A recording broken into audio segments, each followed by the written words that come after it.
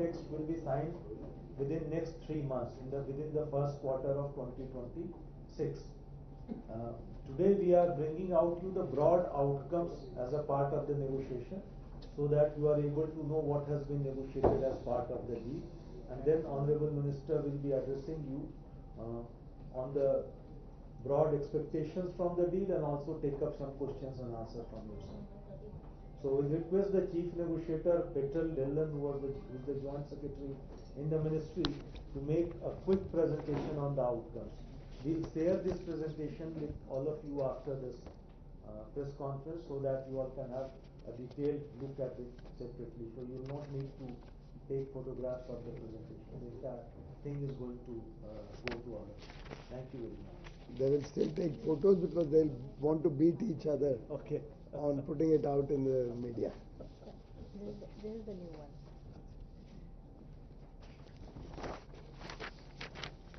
Good afternoon, warm welcome to everyone. I'll start. First of all, some basic facts about the two economies and where we stand in terms of trade. New Zealand, in terms of the overall imports from the world, has a 47 billion import, and they export around 42 billion to the whole world. Our presence in New Zealand is quite extensive. We have a diaspora of about 3 lakh people there, and this compromises about 5% of the New Zealand's population. The per capita income of New Zealand is 49,000 compared to ours of about 2,820. New Zealand traditionally has been an investor overseas. It invests around 8% of their GDP annually in other countries. Bilateral trade, both in terms of goods and services, in 2024, we are at 2.4 billion. It is the second largest partner after Australia and Oceania. We are presently at USD 1.3 billion in merchandise trade.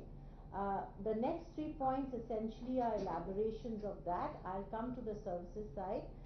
Services is again about a 1.3, and both areas have been growing over the past few years. In terms of total services exports to New Zealand, it grew by 13%, and imports from New Zealand, it grew by 7%. Services are traditionally in the area of travel, telecommunication, computer and information services. This is just a pictograph showing the India's exports to New Zealand and imports from New Zealand. You will notice that this is on an upward trajectory from our side. Just to give a brief background on when we started and where we are, this was launched on 16 March. Honorable Prime Minister met the Prime Minister of New Zealand.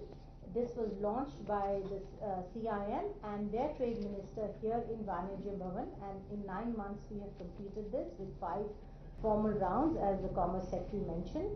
In addition to the conventional areas such as trade in goods, services, we also have chapters which are relatively new to trade agreements, which is economic and technical assistance, and cultural, traditional knowledge and trade economic cooperation.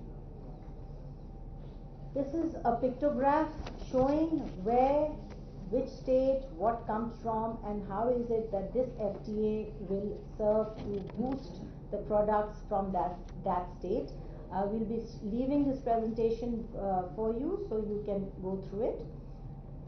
Coming to the gains, 100% tariff lines fully duty-free from New Zealand on entry into force.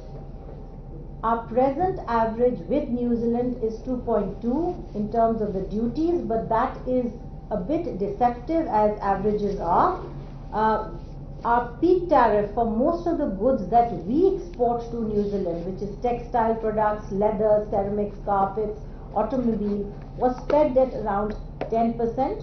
So that is the level of gain that we will experience for our exports to New Zealand in all these areas, covering labor-intensive sectors, emerging and advanced engineering sectors, and our agricultural products, including our processed foods, coffee, spices, etc. This is a new and innovative element in the FTA. We are pegging the access that we have granted, we are pairing it with the agricultural productivity framework in 3 main areas: kiwi, honey and apple. To give you a broad outline, the level of per hectare production in New Zealand compared to that in India is over 5 times. So we thought it essential that since this FTA is about complementarities, we take from New Zealand what it is good at and pair it with something that we are good at. So this agriculture technology cooperation comes from that in 3 areas. We have accorded market access through quotas, further capped with seasonal imports into India, and a MIP. My next slide will show the exact details of these quotas. Number 1 is a Manuka honey. This is their iconic product. Current is 60%, 66% of duty. We've given them a quota of 200 metric ton, and it has a MIP of $20 and $30 per kg. Apples, our current duty is 50%. Our current imports from New Zealand are 31%. The quota we have given them is 32,500. It will increase to 45,000 in 6 years. Within this quota, they will get a 25% duty. Out of this quota, they go back to the duty of 50%. Once again, this is at a MIP of 1.25 per kg. Kiwi fruit, current applicable duty is 33%. Our current imports are 5840 metric tons. We start with a quota of 6250, goes up to 15,000 in 6 years. MIP of 1.8 per kg, and at this it is 0% duty, and out of quota it is 50%, so roughly it will be half of 33%. All these 3 areas, New Zealand is giving us extensive agri-tech cooperation covering plant management, planting, the orchard management, supply chains, packing, etc. The final quota that we have given in this FTA is on albumins, including milk albumins. The current import levels of New Zealand are around 3,500. We have given a quota starting with 1,000 metric tons. This will have a duty of 11%. Anything outside of this quota will continue to attract 22% duty. Just a pictograph showing the agricultural productivity arrangement with the nuances of how we have built it in. Gains for New Zealand in goods. Presently our average is 6.2%. On entry into force, the average becomes 13.18% in terms of duty, and going on to the 10th year it becomes 9.06%. India has offered market access in 70% of the tariff lines, covering approximately 95% of the current bilateral trade value, and approximately 30% of the tariff lines in India are in exclusion. The products which have been kept in exclusion are mentioned here. Full dairy, the whole dairy chapter is in exclusion, which covers milk, cream, whey, yogurt, cheese. Animal products other than sheep meat, vegetable products, sugar, honey, animal fats, arms, ammunition, gems, jewelry, precious metals, etc. This is a broad table showing the exclusions and what is it that we have given them against each category. Exclusions, I've already covered that. Tariff elimination immediate, where they have a reduction in tariff as soon as the FTA comes into force. These are typically for wood products, for wool, for sheep, meat, leather, raw hides.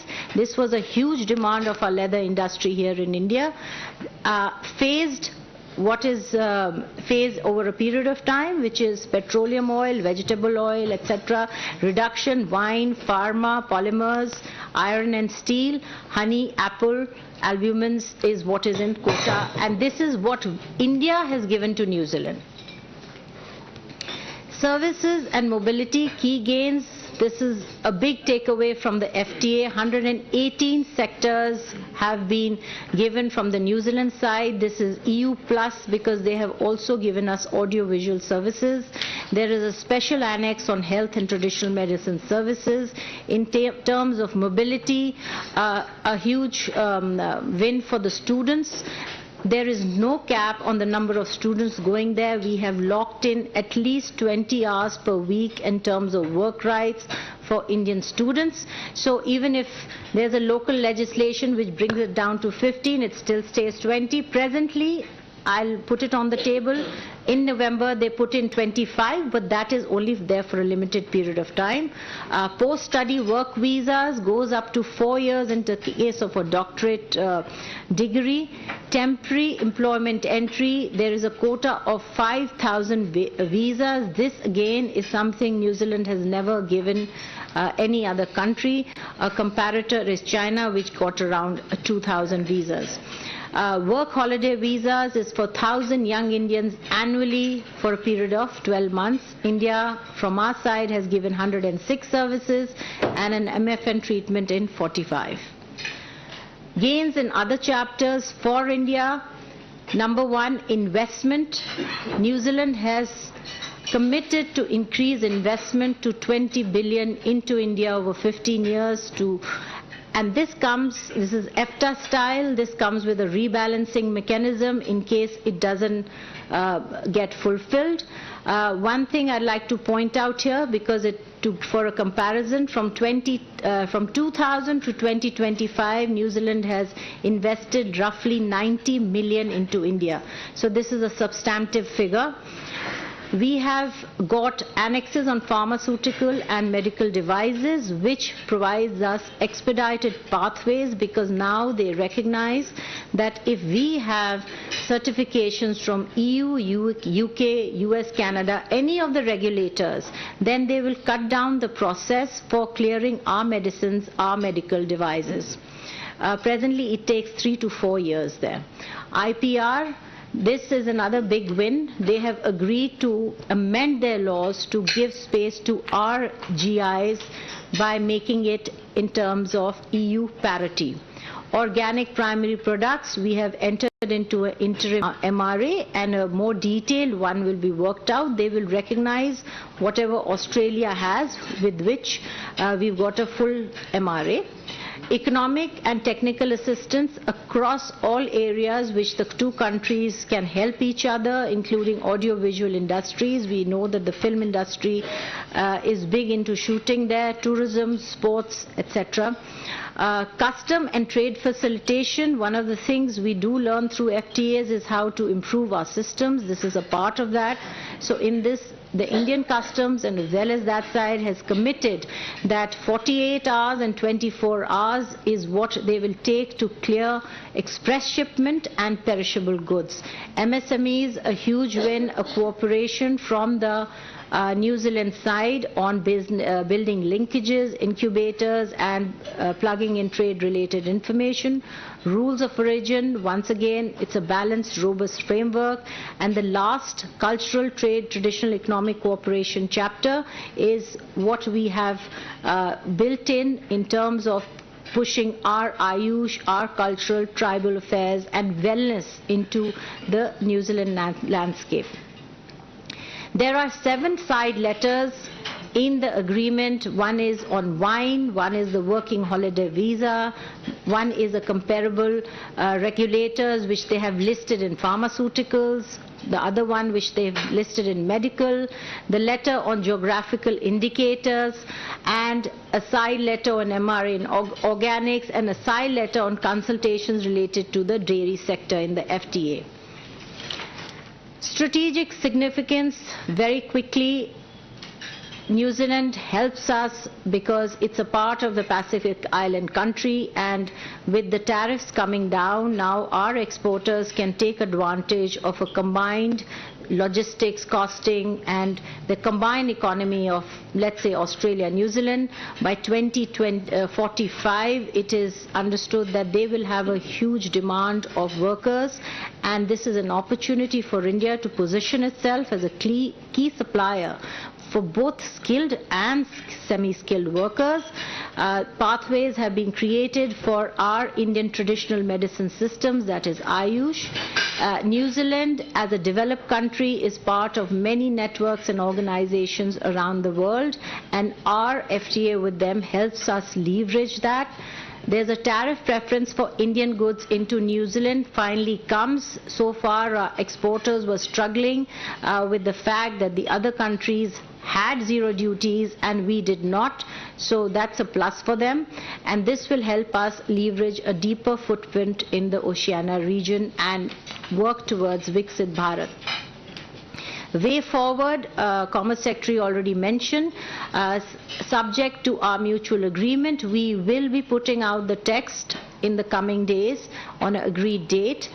There are processes to be completed on both sides, domestic processes. Once that is done, we would be going for signing, and EIF sometimes next year, little after the middle July, August, is a tentative day we are looking at. As of now, it's not decided. A quick recap, services of mobility, already mentioned that, 20 hours a week, post-study work visa, professionals, our students get global exposure, career growth, working holiday visa, and pioneering health and traditional medicine trade there. This is, the next 4 or 5 slides are product-wise.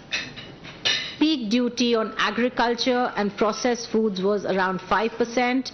Now with the FTA coming in, it comes down to 0. It helps us access the New Zealand market in all these products, cereals, processed foods, fruits and vegetables. Textiles and clothing, once again the peak duty was 10%.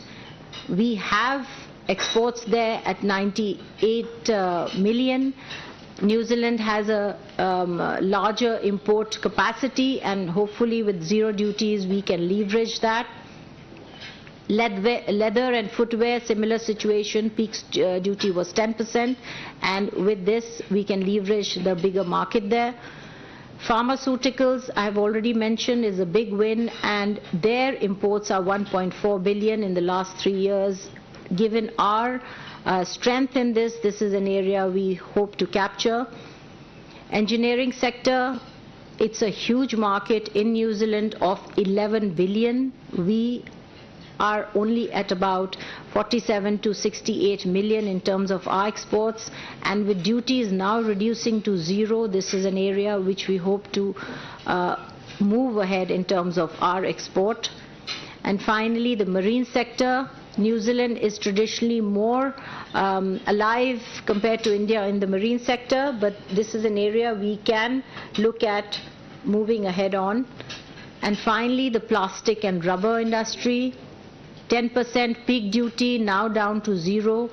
They have a 2.5 billion capacity to import, and our objective is to move beyond the 23 million that we are presently importing. Thank you so much. Thank you, ma'am. Now I request Minister Sir to guide us as to how to look at this landmark agreement that we have reached.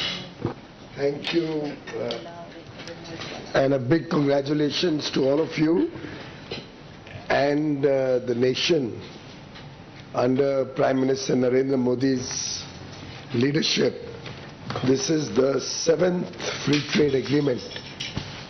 All of them with developed economies with significantly larger per capita incomes than India,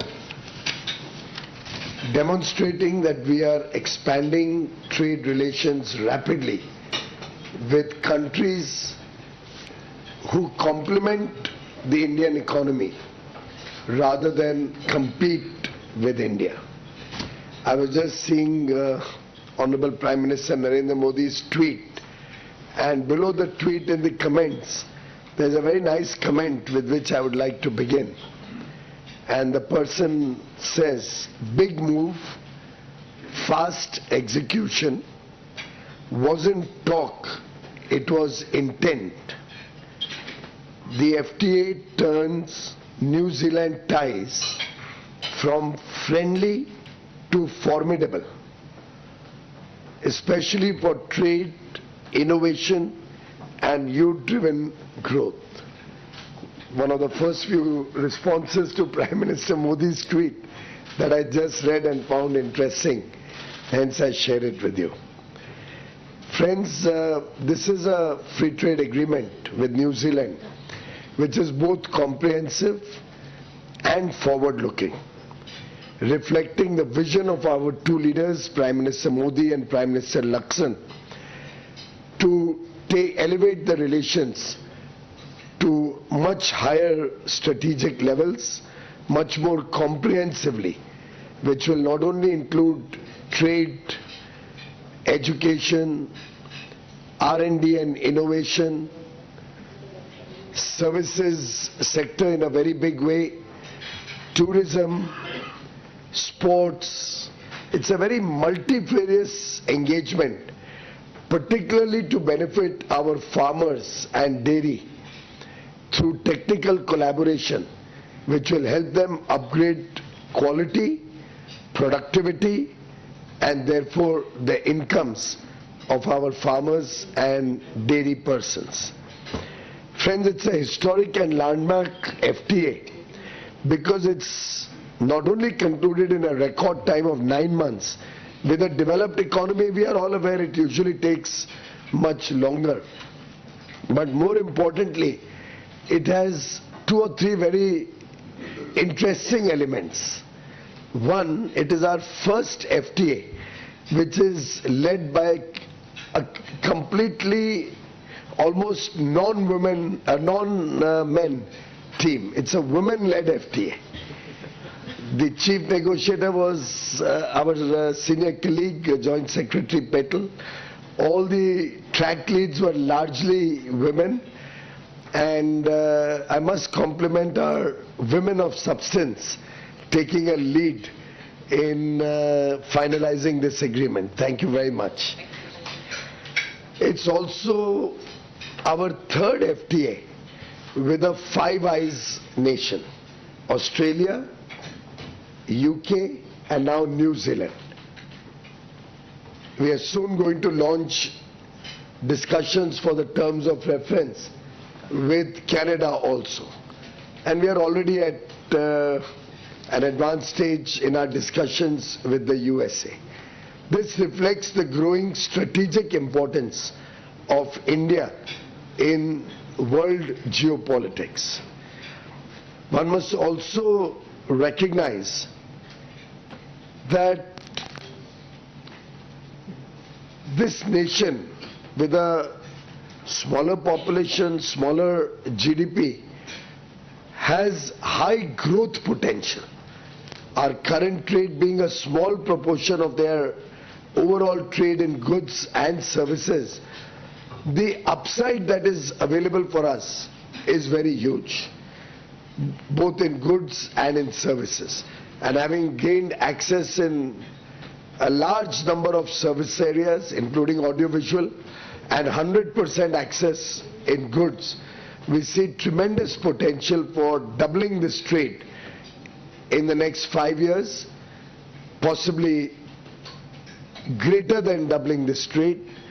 And our complementary strengths between New Zealand and India, whether in agri-tech, whether in food processing, whether in clean energy and renewable energy, whether through mining, whether through our talent and skills of our young professionals, opportunities for dual degrees and setting up campuses of prestigious universities in India, while also encouraging Indian students to go to New Zealand and gain high quality education, and promoting MSME manufacturing in India.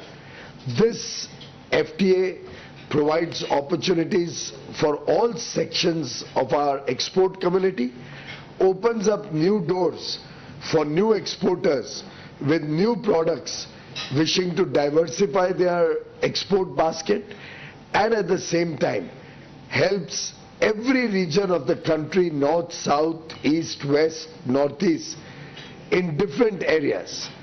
It has some very interesting new elements of technical collaboration, in fruit cultivation, in honey production, and other areas, including dairy, where they will bring latest modern technology to India to help our farmers, our dairy persons increase their incomes.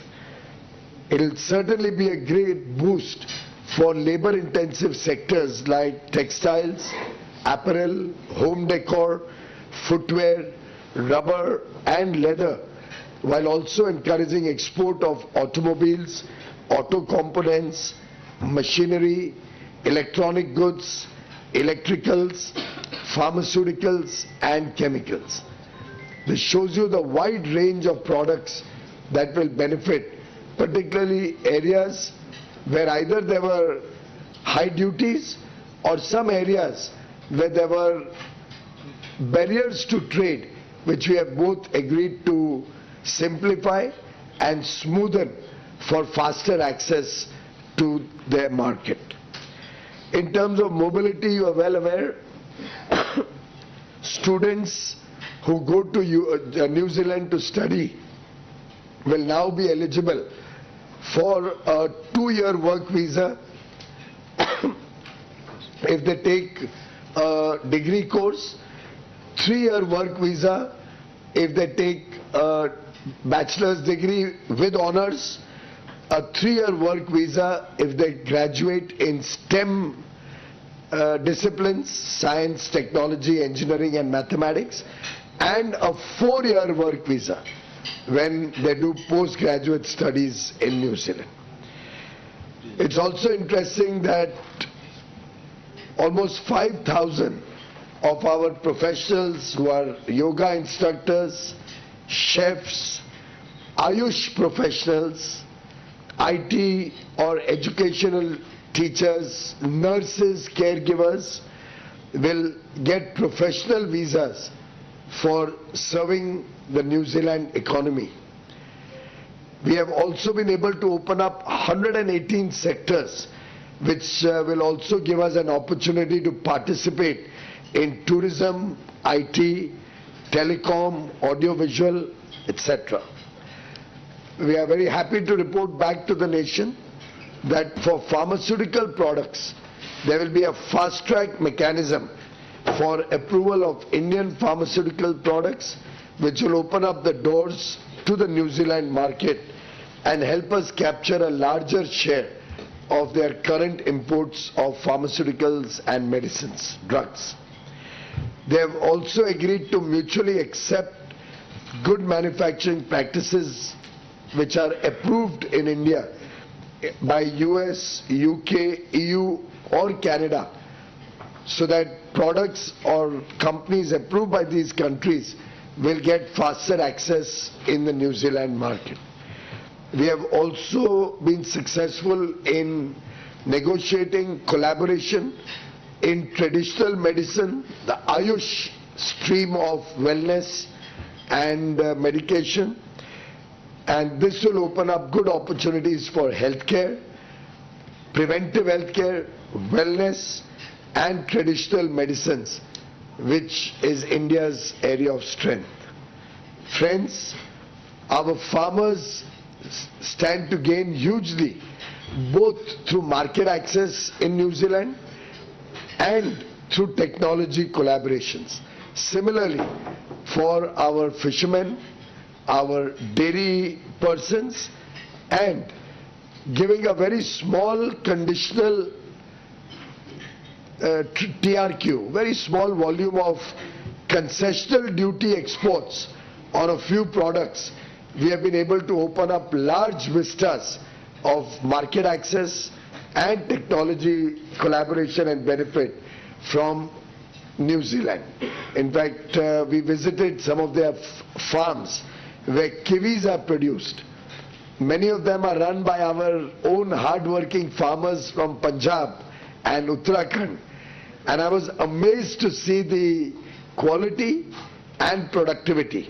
And they have assured to come down to India and help India gain similar productivity and technology benefits for our kiwi producers, for our apple producers, for our honey manufacturers and other agricultural products, including dairy.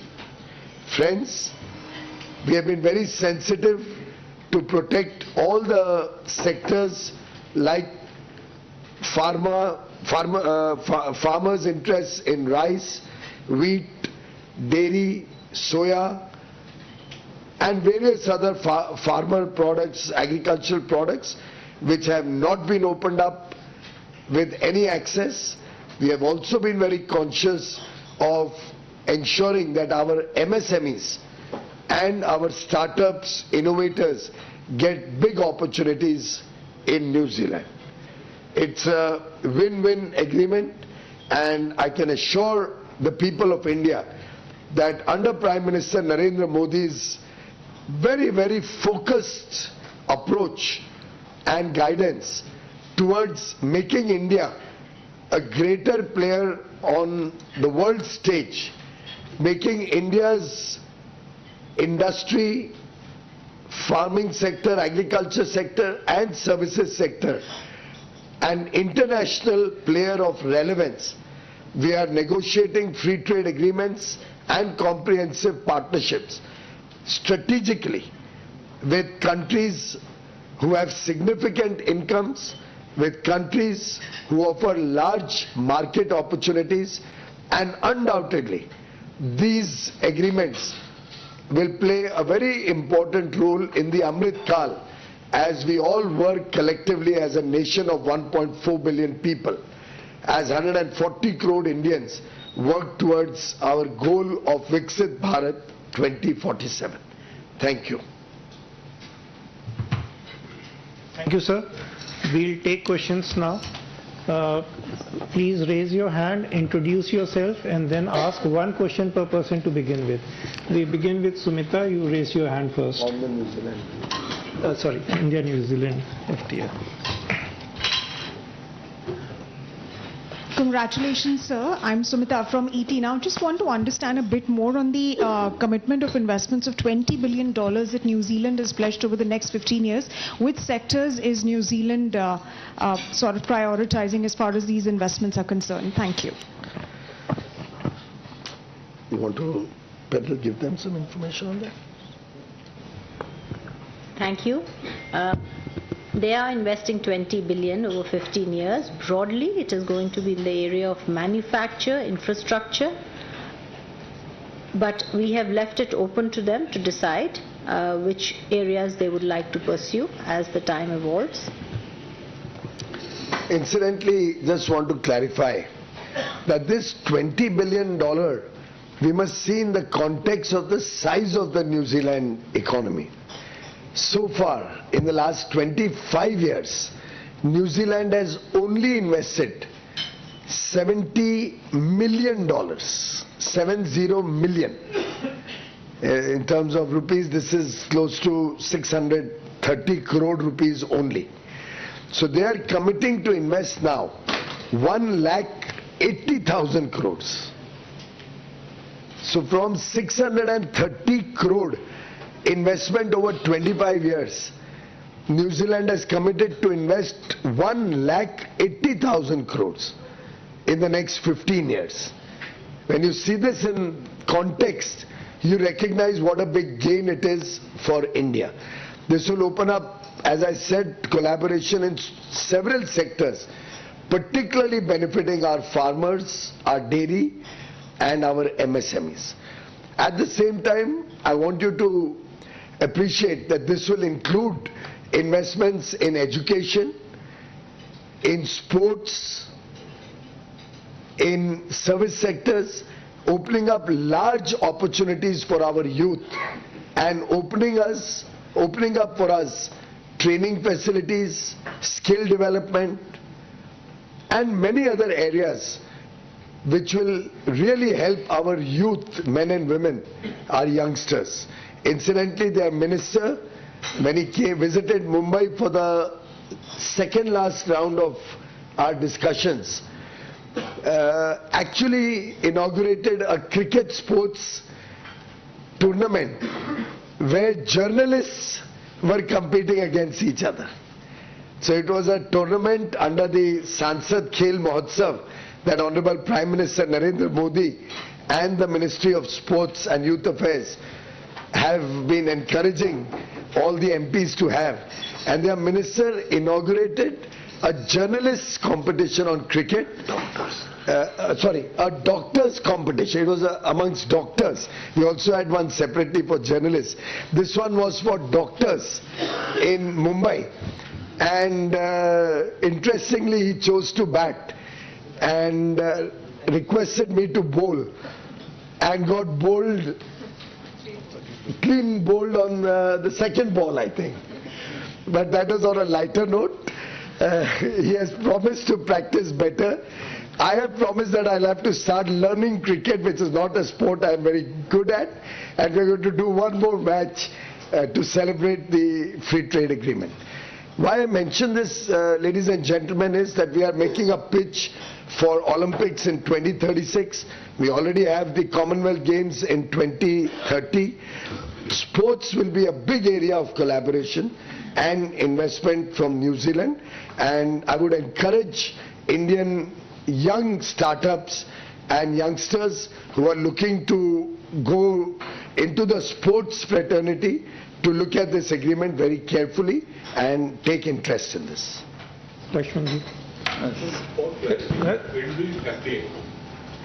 Yes, I would very much like to clarify. This is similar to the free trade agreement with the EFTA countries, the TIPA with EFTA countries, Switzerland, Liechtenstein, Norway and Iceland. This will be only in terms of FDI, long-term sustaining capital. It does not include FPI or FII money into stock market investments, which can come and go. This is FDI investment, sustainable long-term investment, and with a clawback clause similar to EFTA nations, that if they do not invest, there will be a clawback of benefits. Sir मैं लक्ष्मण से NBC आवाज से ये free trade agreement होने के बाद New Zealand से के साथ हमारा bilateral trade certain time frame में 5 साल या 10 साल में कितना बढ़ जाएगा अभी के मुकाबले?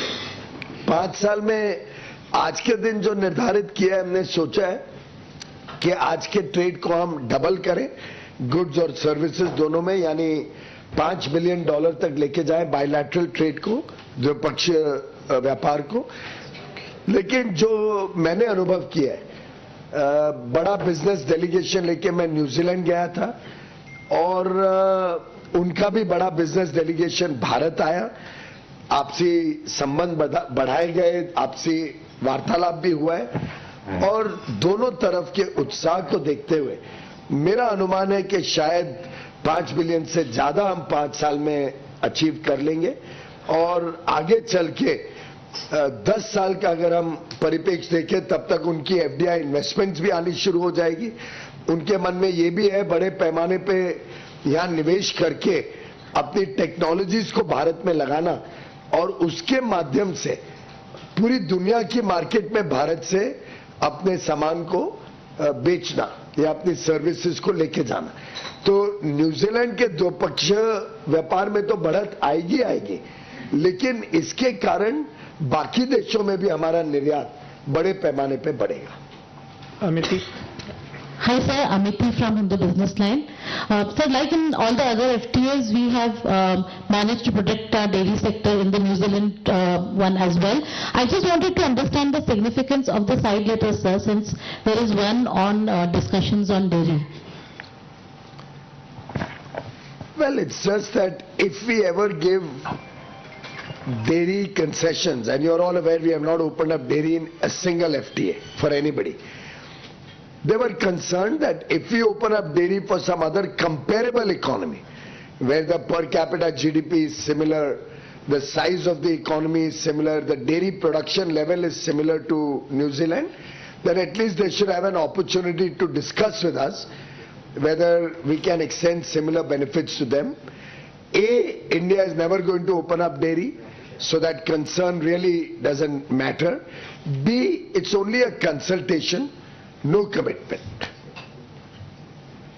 Incidentally, we have also done an agreement to promote greater investments, that they should bring their raw materials or ingredients to India, process them and create high quality dairy products in India, and 100% of that will be re-exported from India. What I just mentioned about investment flow.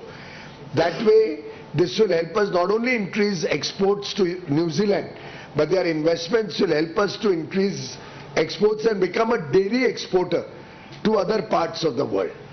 And that will be through a fast-track mechanism, because we would like to fast-track investments coming in for the purpose of re-export. Shruti. So I just wanted clarity on the mobility thing. The 5,000 visas, these are temporary visas over and above what mode we get as a mode for right now? Yes. This is additional. That's right. The Mode 4 visas that we get is for provision of services under the 118 sectors that we have opened up. These are sectors which are traditionally not there in the opening up of 118 sectors. Like if a lot of Indian restaurants all over the world, including in New Zealand, particularly in their tourism places. And we are all aware how much Indian food is becoming the preferred food of choice worldwide. So our chefs will get very good opportunity to go there and take Indian delicacies to New Zealanders. By the way, remember that a chef going there is not just one chef going there. As more and more Indian foods become popular, it promotes export of our tea, our coffee, our fruits, our vegetables, our spices. All of these also get promoted in terms of export potential. Rajiv Kumar ji. Sir Rajiv Dainik Jagran से। Sir मेरा सवाल है, आज हमने New Zealand के साथ conclude किया, इससे पहले जस्ट ओमान के साथ किया, उससे पहले यूके के साथ किया, और ये सारे जो हमारे एफटीए हैं या सीपा है वो अगले साल इंप्लीमेंट हो जाएंगे। तो आप नेक्स्ट फाइनेंशियल ईयर में इंडियन निर्यात को किस लेवल पे देखते हैं?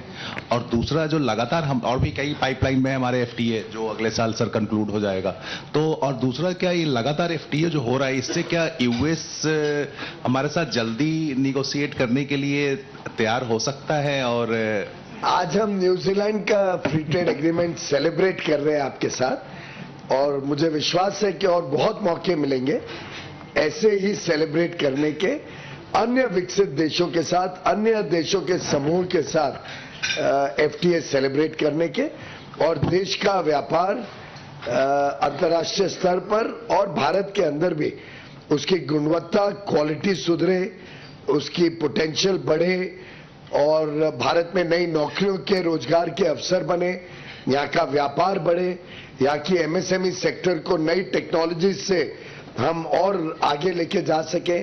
इस सब के लिए ढेर सारी अपॉर्चुनिटीज ऑलरेडी आई हैं, आगे चल के और आएंगी, और माननीय प्रधानमंत्री नरेंद्र मोदी जी का रिफॉर्म एक्सप्रेस निरंतर बड़ी तेजी से आगे बढ़ता रहेगा, देश को नई ऊंचाइयों पे लेके जाएगा, और 140 करोड़ भारतवासियों के संकल्प को, विकसित भारत 2047 तक बनाने के संकल्प को 100% अचीव करेगा, उसमें सक्सेसफुल होगा।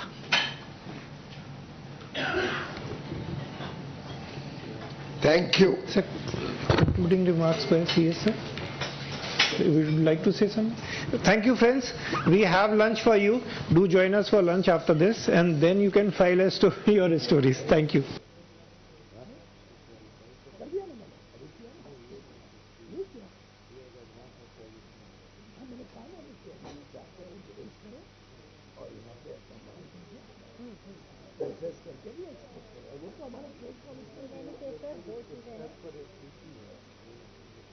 We have also given it to Australia, EFTA, UAE, UK, and this is not their main line, this is the sub-line, जिसमें हम import करते हैं। We have Chapter 19 and 35.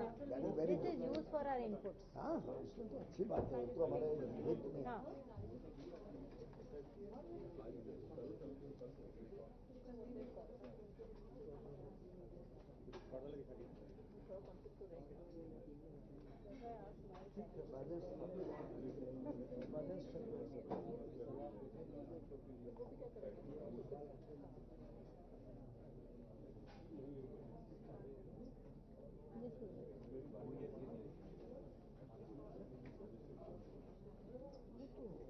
सारे कर।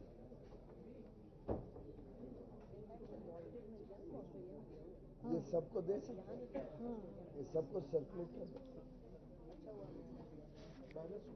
बहुत अच्छा बोला।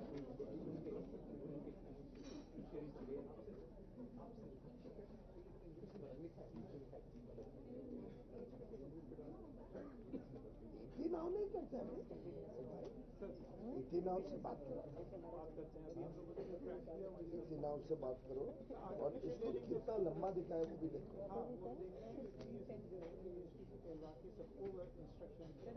और भी इसमें थोड़ा टाइट और लंच करते हैं।